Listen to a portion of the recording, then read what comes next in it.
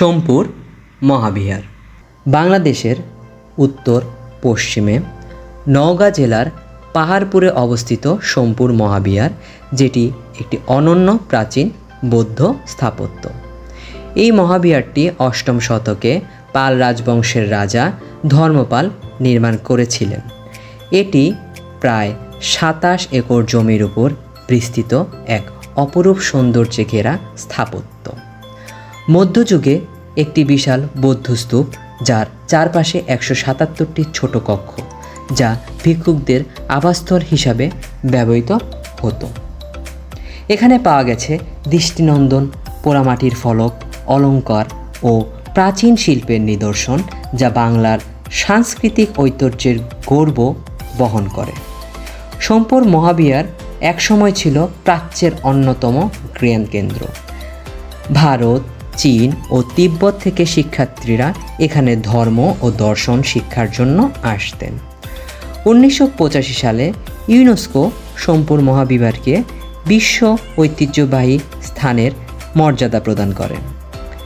আজও হাজারো পর্যটক এখানে আসেন ইতিহাস, ধর্ম ও স্থাপত্যের সম্মিলিত সৌন্দর্য উপভোগ করতে।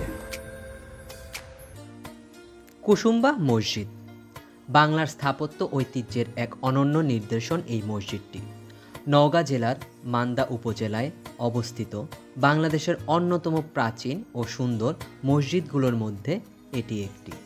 মুঘল আমলের পূর্ববর্তীতে এই মসজিদটি ১৫৫৮ খ্রিস্টাব্দ হতে ১৫৫৯ খ্রিস্টাব্দে আফগান শাসক গিয়াসউদ্দিন বাহাদুর শাহের আমলে নির্মিত হয়। এটি নির্মাণ করেছিলেন সুলতানি আমলের প্রতিনিধি সুলতান সাইফুদ্দিন। মসজিদটি সম্পূর্ণ পাথরে নির্মিত। এর দেয়ালগুলো মোটা এবং মজবুত, যা সুলতানি আমলের স্থাপত্য রীতিকে প্রতিফলিত করে। এই নিদর্শনটি দেখার জন্য দূর দূরান্ত থেকে ছুটে আসে বহু মানুষ। প্রতিদিনই ভিড় জমে এই নিদর্শনের কেন্দ্রে। এর ৬টি গম্বুজ এবং ৪ কোণে ৪টি আটকানো মিনার রয়েছে। মসজিদের ভেতরে ও বাইরের দেয়ালে সূক্ষ্ম নকশা ও খোদাইকৃত শিল্পকর্ম দেখা যায়। দেয়ালের অলঙ্কার ও পরিবেশ পথের কারুকার্য অসাধারণ, যা যে কাউকে মুগ্ধ করবে।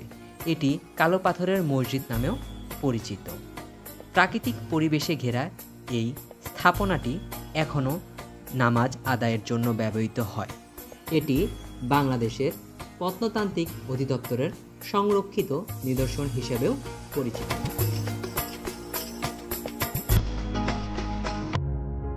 সোনারগাঁও, যার অর্থ সোনার শহর, ছিল বাংলার একটি অন্যতম প্রাচীন রাজধানী।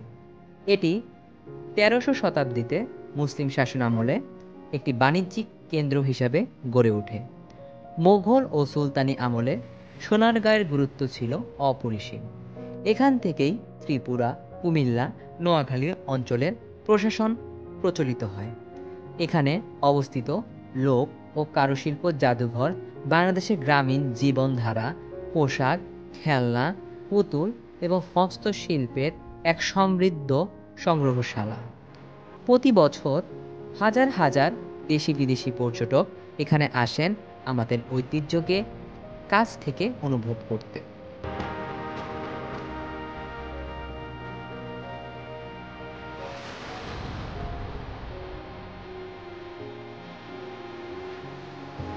সোনারগাঁও জাদুঘর বাংলাদেশের একটি ঐতিহাসিক এবং সাংস্কৃতিক ঐতিহ্যের নিদর্শন প্রকাশ করে।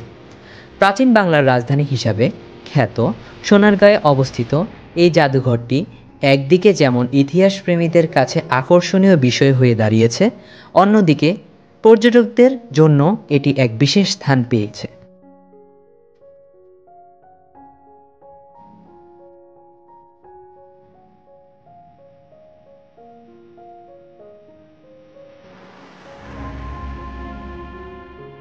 সোনারগাঁওয়ের অদূরে অবস্থিত পানাম সিটি, যাকে বলা হয় বাংলার প্রথম পরিকল্পিত শহরগুলোর একটি। এটি মূলত ১৫শ শতকে গড়ে ওঠে ধনাঢ্য হিন্দু পরিবারদের বসবাসের জন্য, যারা ছিল ব্যবসায়ী। এ শহরে প্রতিটি ভবন আজ ইতিহাসের সাক্ষী হয়ে দাঁড়িয়ে আছে। এখানে প্রায় 52টি ভবনের ধ্বংসাবশেষ দেখা যায়, যেগুলোর স্থাপত্য শৈলীতে ইউরোপীয়, মুঘল ও বাংলার ঐতিহ্যের সংমিশ্রণ দেখা যায়। একসময় এই নগর ছিল শাড়ি ও মসলিন বাণিজ্যের কেন্দ্র। ব্রিটিশ শাসনামলেও পানাম ছিল একটি অত্যন্ত গুরুত্বপূর্ণ শহর। সোনারগাঁও ও পানাম সিটি আজ শুধু পর্যটন স্থান নয়, বরং ইতিহাসের এই জীবন্ত পাঠশালা। এই স্থাপত্যগুলো আমাদের জাতিগত ঐতিহ্যকে ধরে রাখতে সক্ষম।